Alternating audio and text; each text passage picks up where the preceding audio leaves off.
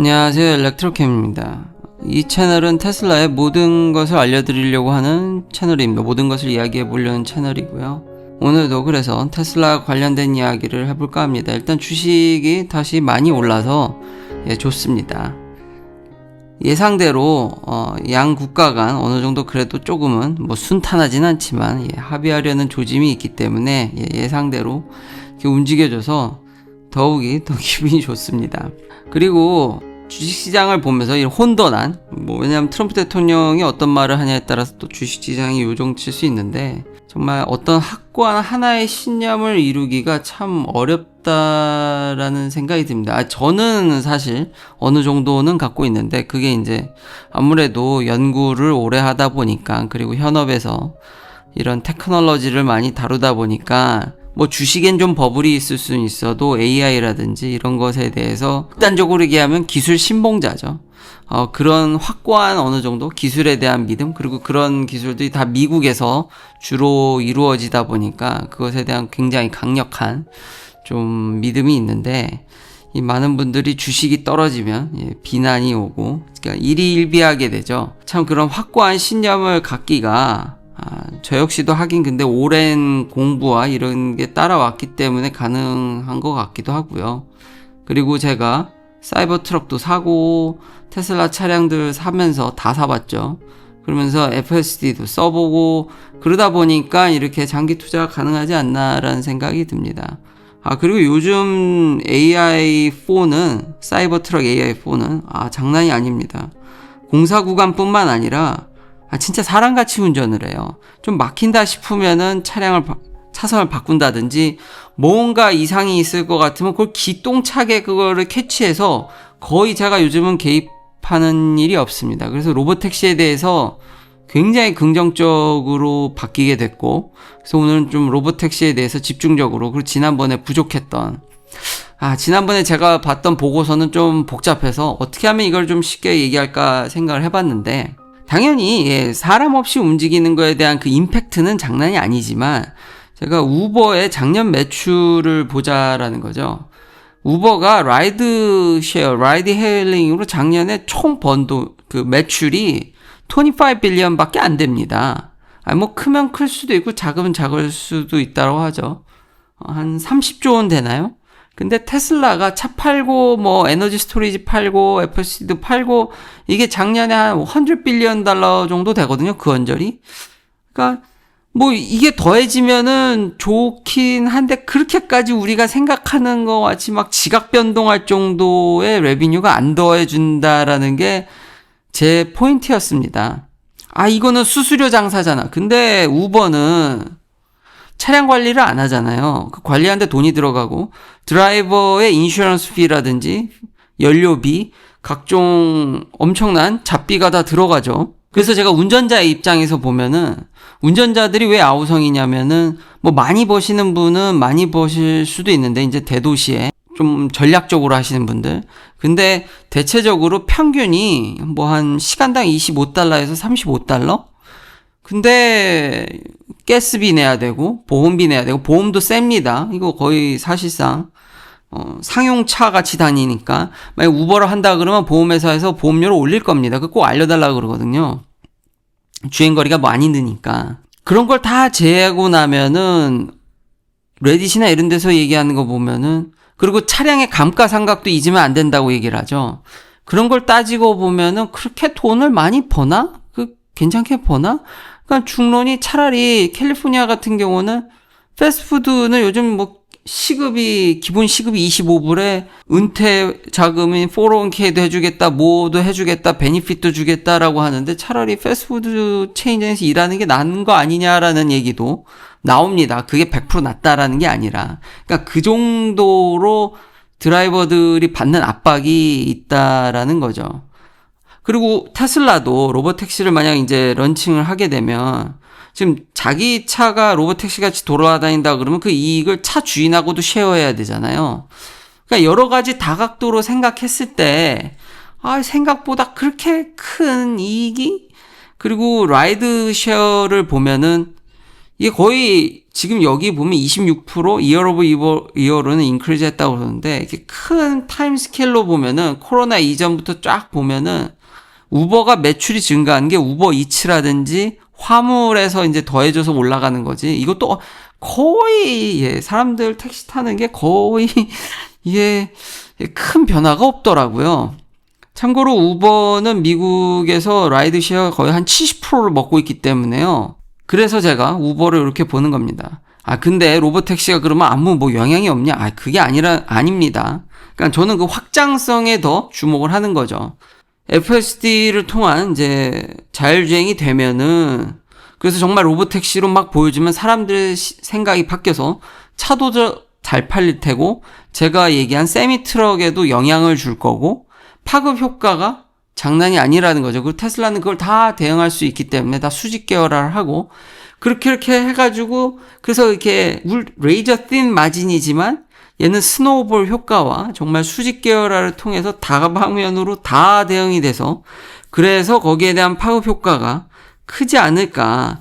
그러니까 로보택시가 이제 좀 이제 현실성이 보이니까 우버라는 현재 어쨌든 미국 내에서 정말 큰 택시 플랫폼이죠.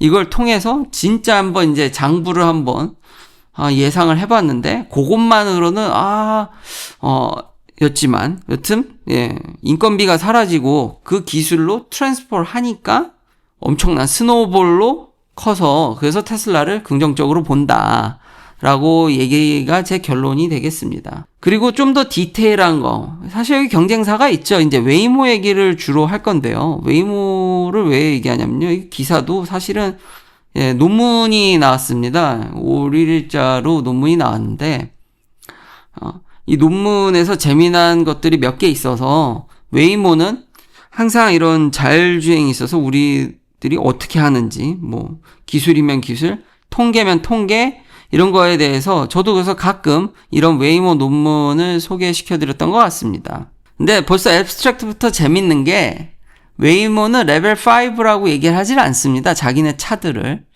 레벨 4입니다. 레벨 4의 정의는 항상 다닐 수 있는 게 아니라 맵이 돼야 되죠. HD 맵이 돼야 되고, 날씨가 안 좋으면 차량 운행을 제한시킵니다. 거의 안 합니다. 사실 비가 오거나 이러면. 근데 사람은 비 와도 운전하죠. 예, 그게 바로 레벨 5입니다. 그러니까 외부 여건, 특히 이제 날씨에 상관없이 운전하는 게 이제 레벨 5고, 웨이모는 레벨 4입니다. 근데 이제 예, 테슬라는 거의 레벨 5의 예, 저 목표는, 예, 그런데 하여튼 이 부분이 신기했다. 웨이모가 레벨 5라고 할 줄 알았는데 예, 레벨 4입니다. 그리고 각종 이번에 이제 이 논문에서 이 피겨 2는 뭐 항상 어떻게 사고 나는지에 대한 스토리에 대해서 정리를 한 거니까요. 전에도 옛날 영상에도 이건 얘기를 했는데, 좀 더 중요한 거는 이 사고 통계입니다.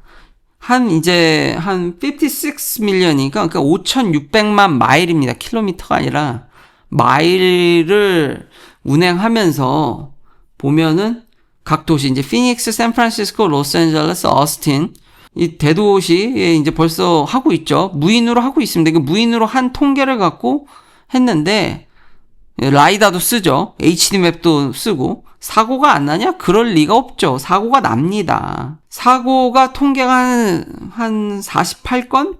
근데 에어백이 그중 디플로이 된 게 18건이고, 심각하게 터진 게 2건입니다. 그러니까 사고가 전혀 안 나는 게 아닙니다. 그러니까 이런 사고들이 이걸 운행함에 있어서 있었고, 그럼 이제 보험 처리라든지, 예, 그런 문제들, 그리고 지금 한 1000대 정도 운행을 하는데 결코 완벽하지 않다라는 거죠. 저렇게 해도 사고가 나기 때문에 그 사고를 어떻게 처리할 것인가. 그러니까 테슬라는 보험도 하고 있죠. 이게 각 분야별로 로봇택시를 보면은, 이게 사람을 없애버리면은 되게 크게 이익이 날 것 같은데도 생각보다 크게 또 이익이, 이런 부분에서 요소 이렇게 찾아보면은 걸리는 느낌들이 있다라는 게 지난 영상의 제 포인트였습니다. 그래서 이 부분은, 그러니까 사고가 안 나는 게 아니다. 저래도 치명적인 사건이 2건이나 났고, 에어백이 18건이나 터졌고, 그리고 비용이 1000대를 돌리고 있는데 우버보다 어떨 땐 좀 더 비쌉니다. 심지어. 그러니까 비슷하거나 그 언저리 하고 조금 비싸기도 하고요. 그럼에도 불구하고 샌프란시스코에서는 여전히 젊은 친구들이 웨이모를 더 선호하는 이유가 더 안전하다고 느끼는 그 피드백이 계속 나옵니다. 그러니까 운전자가 없으니까요. 그 운전자가 혹시 나한테 해코지하거나 이럴까봐 걱정인데 차라리 AI를 더 믿는 거죠. 예, 그런 현상도 재밌었습니다. 근데 전혀 의미가 없진 않다. 보면은 웨이모도 항상 이런 얘기를 하는데 지금 83%나 크래시 레이시 내려갔고 81% 뭐 63. 그러니까 사람보다 월등히 안전하다는 겁니다. 이미 AI가. 저도 이거 동의하는 게 제가 요즘 테슬라 로봇 택시라고 얘기하는데 FSD를 하면서도 비록 제가 큰 사고가 났지만 근데 옛날 버전이잖아요. 그래서 저도 되게 불안했는데 요즘 이게 좀 이게 다시 한번 무서운데 너무 잘하니까요. 아니 공사 구간뿐만 아니라 예측 능력이 이거 업데이트될 때마다 나날이 증가하니까 저도 얘 없으면 어떻게 운전하나 싶을 정도로 다시 완전히 돌아가는 상황이 오니까요. 저도 이래서 웨이모의 이런 데이터가 훨씬 와닿는다는 거죠. 치명적인 사고가 남에도 이 통계는 맞을 거다. 웨이모가 계속 주장하는 게 사람보다 월등히 낫다라는 거죠. 그래서 영상이라든지 참고 자료도 공개하는데 보면은 확실히 사고를 회피하려는 게 보입니다. 이런 기술들이 있으니까 이걸 잘 쓰면, 그러니까 제가 얘기하고자 하는 바는 사실 웨이모랑 사실 일맥상통하죠. FSD를 잘 쓰면, 사람이 잘만 쓰면은 진짜 전 세계적으로 매년 100만 명 이상 죽고 미국에서 2022년에 무려 4만 명 넘게 교통사고로 죽었고 250만 명 이상 다쳤는데 이런 기술들이 사회적으로 엄청나게 이익을 준다라는 거는 잘만 쓰면은 제가 초창기 때부터 얘기하는 그와 대동소이하죠. 다를 바가 없다라는 겁니다. 그리고 경제적으로 이게 이익이 생각보다 나기가 이거 쉽지는 않지만 테슬라라면 전방위로 하기 때문에 그래서 기대를 하게 된다. 얘는 차부터 만드니까요. 웨이모도 그래서 결국 따라하게 됩니다. 지금 웨이모도 한번 자금 수혈에 위험한 적이 있었거든요. 그래서 진짜 레이오프도 많이 했었고요.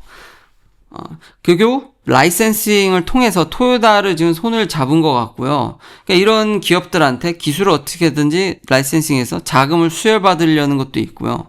어떻게 해서든지 이제는 팔아볼까. 이거 구글 CEO가 이런 정확한 로드맵을 얘기하진 않았지만 언급도 했더라고요. 그러니까 웨이모도 어떻게 보면 차를 좀 팔아볼까. 그렇지만 이제 댓글이라든지 이제 우려가 여전히 개조 비용이 굉장히 비쌉니다. 20만 불에서 30만 불이기 때문에 거기서도 테슬라가 얼마나 유리합니까? 저가의 차량을 많이 뿌릴 수 있는, 정말 많이 뿌려야 됩니다. 그러니까 이익이 크게 나려면은 정말 대규모로 이런 것들을 해야 되기 때문에 제 포인트는 그거였습니다. 그렇다고 해서 영향력이 없다라는 게 아니다. 충분히 테슬라라면 이거를 여러 방면으로 다 트랜스퍼 시켜버릴 수 있고, 더군다나 휴머노이드 로봇에도 FSD 기술이 또 쓰여지기 때문에 이런 식으로 확장형을 하지 않으면은 이익이 나기 어렵다라는 겁니다.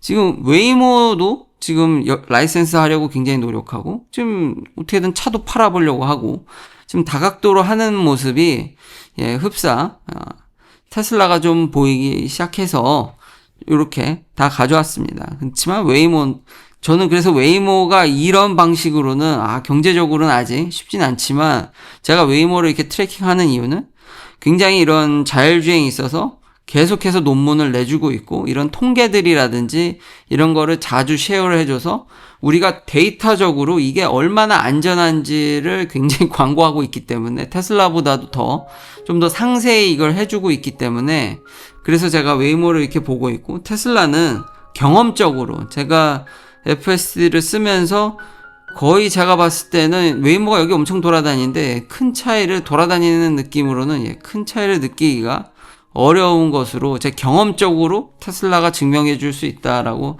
할 수 있겠습니다. 긴 영상 시청해 주셔서 감사합니다. 다음도 테슬라 관련 이야기들로 찾아뵙겠습니다.